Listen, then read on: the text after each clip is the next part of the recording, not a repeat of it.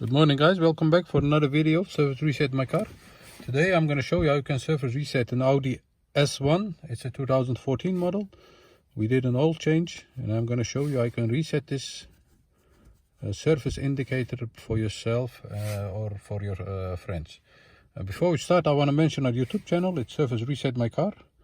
We have more than 150 different cars. You can watch them all if you want. And if you have any questions, any comments, you can use the comment area and I'll get back to you as soon as possible. Okay, let's start with this one. This is an Audi A1. It's a 2014 model. And I'm going to show you how you can reset this manually for yourself. Okay, let's start by turn off the ignition. As you can see on the dashboard, it displays that the service is due.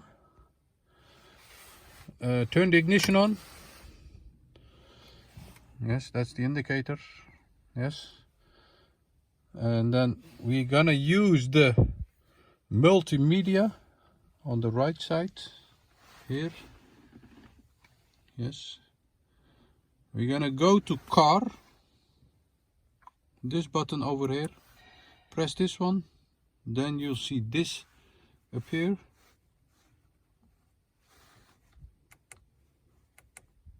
This is the car. You can use the thumbstick to go to service and control. Press on it and then press again for the service indicator.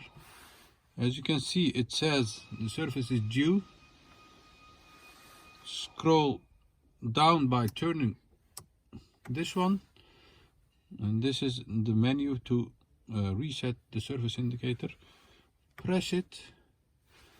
Go to yes. Are you sure? Yes, we are sure. Press it again.